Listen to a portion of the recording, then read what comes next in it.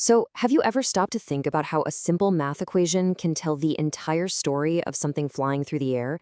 I mean, from a quarterback's perfect spiral to an archer's arrow, there's a predictable script behind it all, written in the language of algebra.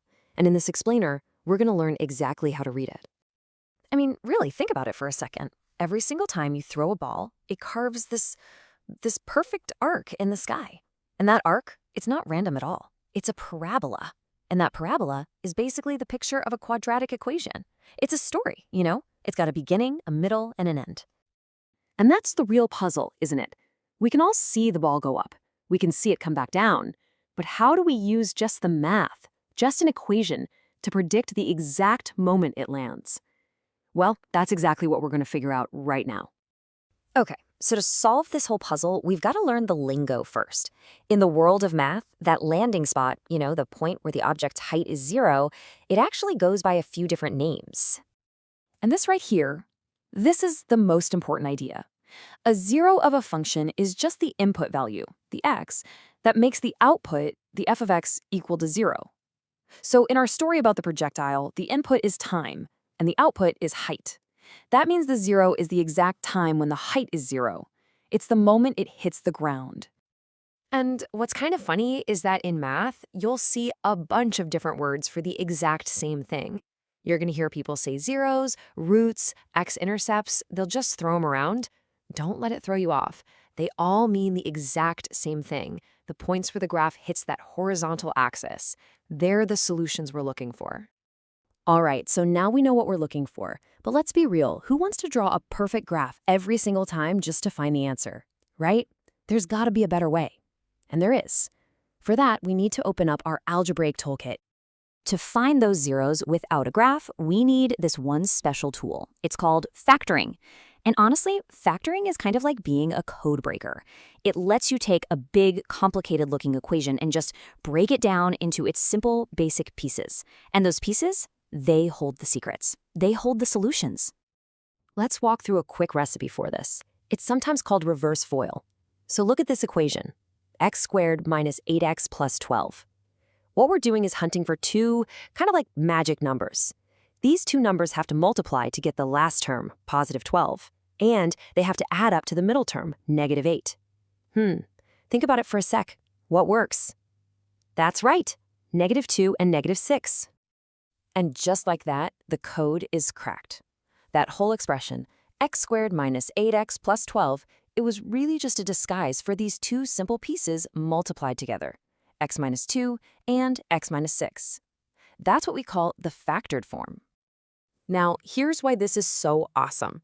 If you have two things that multiply together to equal 0, then one of those things has to be 0, right? There's no other way. So we just look at each piece. What makes the first piece, x minus 2, equal to 0? Well, positive 2.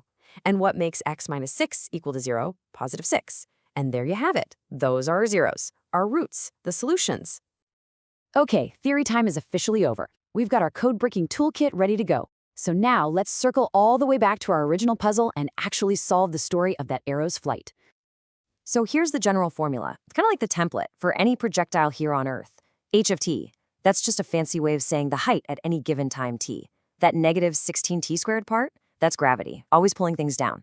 The vt is all about the initial upward speed it was launched with. And that h0, well, that's just where it started, its initial height. And here it is. This is the specific story of our arrow, all laid out in one equation. You can see all the pieces, right?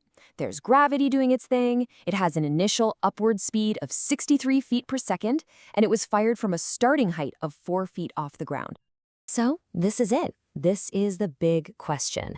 We have the entire story written out as a math problem. All we have to do now is find out how the story ends. When does that arrow finally hit the ground? Okay, so to figure out how long it's in the air, we're looking for that magic moment, the time t, when the height h of t is 0, which means we just take that whole equation and set it equal to 0. This right here is the puzzle we need to solve.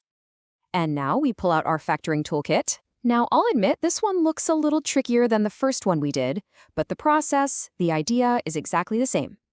When you break it all down, you get these two factors, negative 16t minus 1 and t minus 4. So we set each of those pieces equal to 0. The first one, negative 16t minus 1, gives us a weird answer, a tiny negative number for time, and that doesn't make any sense in the real world, right? You can't have negative time. But that second piece, t minus 4, when you set that to 0, you get t equals 4. That's our answer. The arrow hits the ground after exactly 4 seconds. The story has its ending. Okay, that is pretty powerful stuff. But let's flip the script for a second. What if you already know the ending of the story, and you want to find the equation that made it happen? So just imagine for a second that we know an object's path has zeros at 3 and 4. That means we know it lands or crosses the ground line at those two spots. Can we actually work our way backward and figure out what the original equation was? Absolutely. It's actually pretty easy. If one of the zeros is 3, then the factor that made it must have been x minus 3. And if the other 0 was 4, then its factor had to be x minus 4. See? It's just the exact reverse of what we were doing before.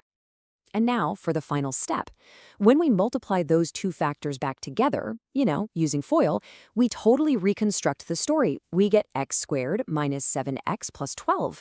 That's it. That's the original quadratic equation that has 3 and 4 as its solutions. We've come completely full circle. So let's do a quick recap of everything we unlocked. First, we learned that words like zeros and roots are just fancy names for the solutions to an equation.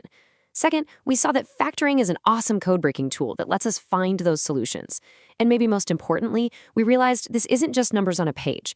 This is the actual language that describes the predictable, beautiful paths of objects in the real world. And that leaves us with one final thought to chew on. We've seen how math tells the story of an arrow's flight, but what other stories are out there? What about the curve of a massive satellite dish? Or the way a company's profits rise and fall? Or the perfect shape of a suspension bridge? These are all stories too, all written in the language of mathematics, and they're just waiting for someone like you to come along and decode them.